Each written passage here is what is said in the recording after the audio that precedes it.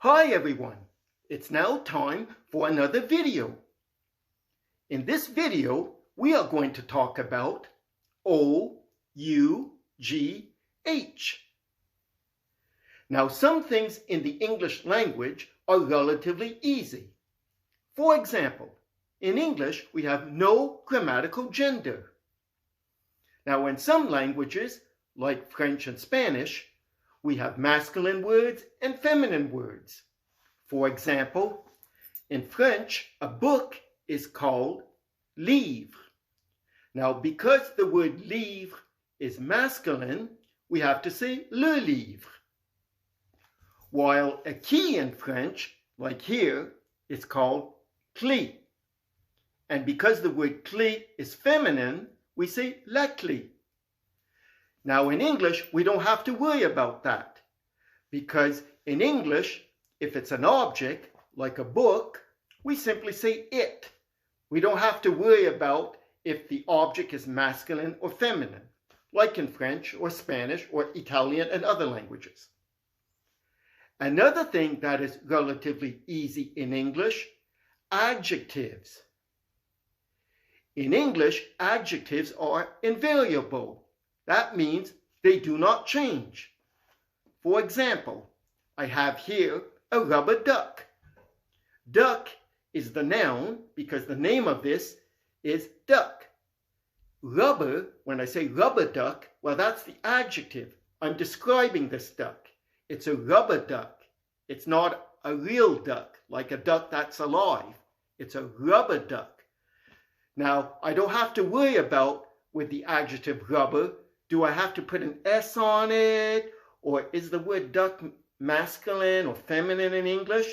Like I said before, we don't have masculine or feminine, so the word rubber stays the same.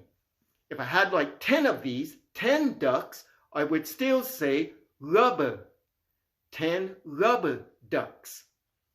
So that's the second thing that's quite easy in English, adjectives. And finally, another thing that's easy in English, verb conjugation. For example, if I take my rubber duck and I want to play with the rubber duck, I would use the verb to play.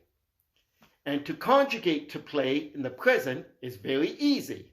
It's I play, you play, he plays with an S, she plays, if we're talking about a girl playing with the duck, it plays, then we play, you play, they play. It's that simple. It's not like, for example, if you study Spanish verbs that are quite complicated to conjugate. But unfortunately, not everything is easy in English. One thing that is quite difficult, not just for people learning English as a second language, but also as your first language, and that is English spelling. Why is English spelling difficult? Because of silent letters. If, for example, you take the word salmon, which is a type of fish, well, the L in salmon, we do not pronounce it. But when we want to write the word salmon, you must write it S-A-L-M-O-N. So silent letters make spelling difficult in English. Another thing is certain letter combinations. And that's what this video is really about. The letter combination O-U-G-H is quite complicated. Why? Because it has 7 different pronunciations. It depends on the word. So my job here is to show you these 7 possibilities. But don't get too discouraged with English spelling, because a lot of words are quite simple to spell. For example, the word book is simply B-O-O-K.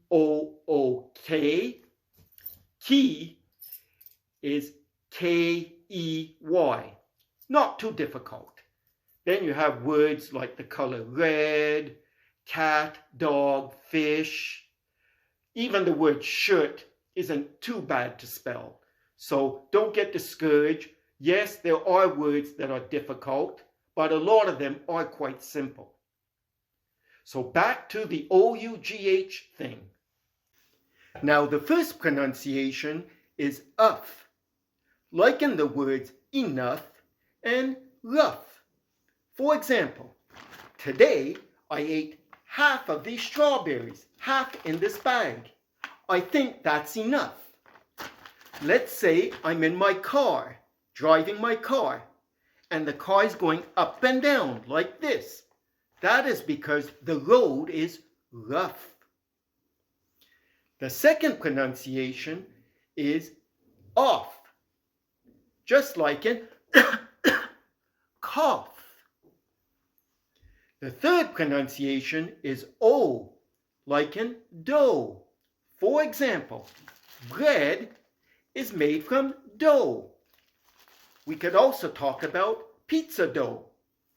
Usually you make it into a circle, then you add your cheese, your sauce, pepperoni, some vegetables, pizza dough.